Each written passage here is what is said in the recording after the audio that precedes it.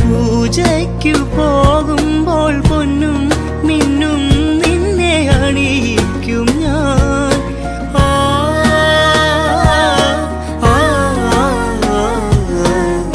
വാനിടം മംഗളമാലപിക്കേ ഓമനേ നിന്നെ ഞാൻ സ്വന്തമാക്കും.